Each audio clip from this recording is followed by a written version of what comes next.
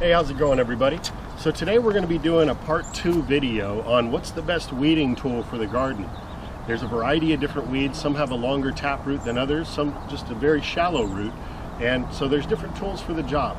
And having the right tool is going to make all the difference, as weeding is one of the least favorite jobs of most gardeners. It even prevents people from gardening because they're scared of having weeds. Now, before we get going with a demonstration on these two tools today, I just want to remind you that the best way to keep weeds in check are to put down some sort of a sheet mulch or a mulch covering of at least 4 to 6 inches.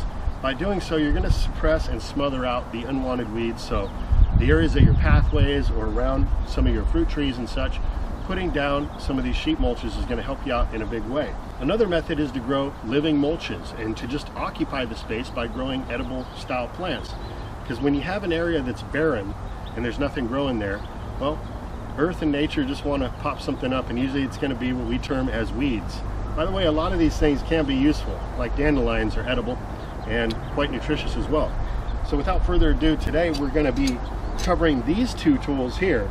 We've got something known as a Hula Hoe and also a Japanese weeding sickle. So we're going to start with the Hula Hoe, and I'm going to show you how this works and what it's best for. So the Hula Hoe is a wonderful weeding tool. I think every gardener should have one of these. And what's great about it is because its width is not that large, you can get in between your rows of crops and get those young and more tender weeds out of your garden. Here we've got a weed known as chickweed, which can spread and become somewhat invasive.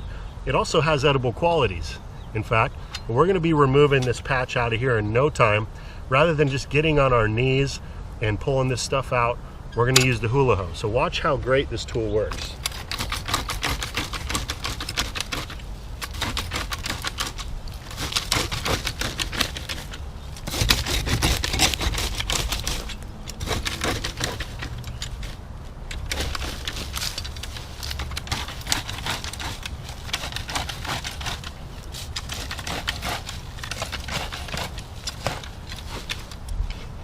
So in no time at all, you can see all this chickweed came out, the entire roots attached, because they're a rather shallow root. So we'll just clear this area.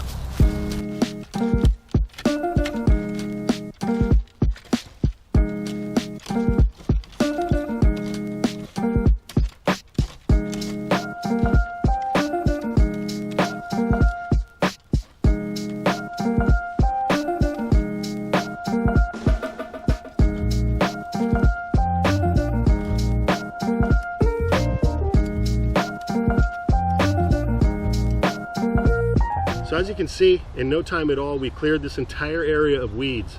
And although maybe we didn't get all the roots out, we sheared some of them off. That's okay, because what we've done is we've stopped the photosynthesis process. We stopped those weeds from continually growing to where they get to the point of flowering and then spreading their seed. So this area is now a prime location to start to grow something else and occupy this space with an edible crop or an herb, a living mulch of some sort. And so that's what we're going to do.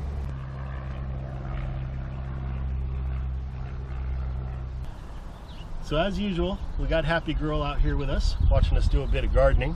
And she's laying on some of our sheet mulching material here, just some cardboard boxes.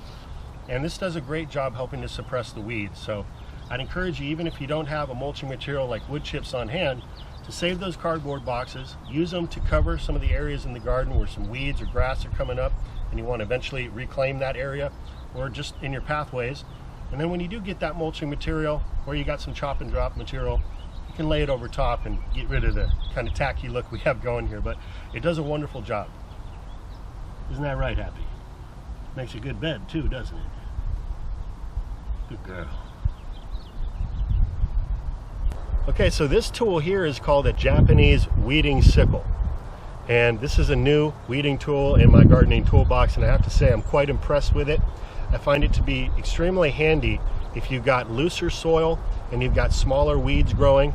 This does a great job helping to get that stuff out. Let me show you how it works. It's like a little mini hand hoe.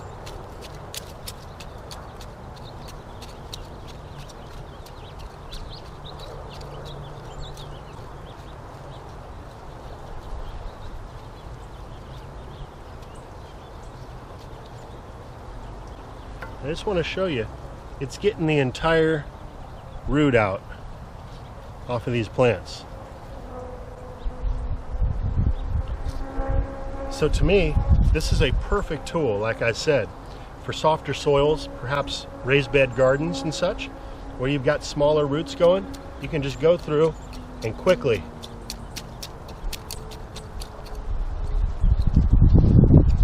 clear your whole bed of weeds.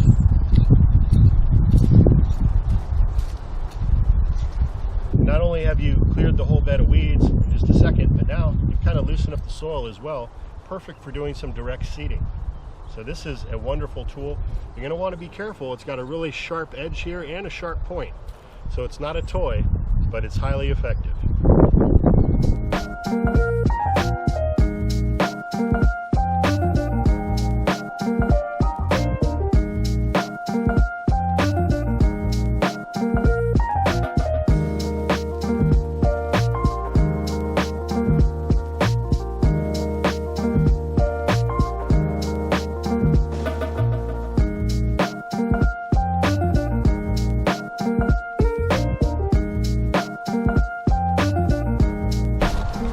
I can get in between the plants, no problem.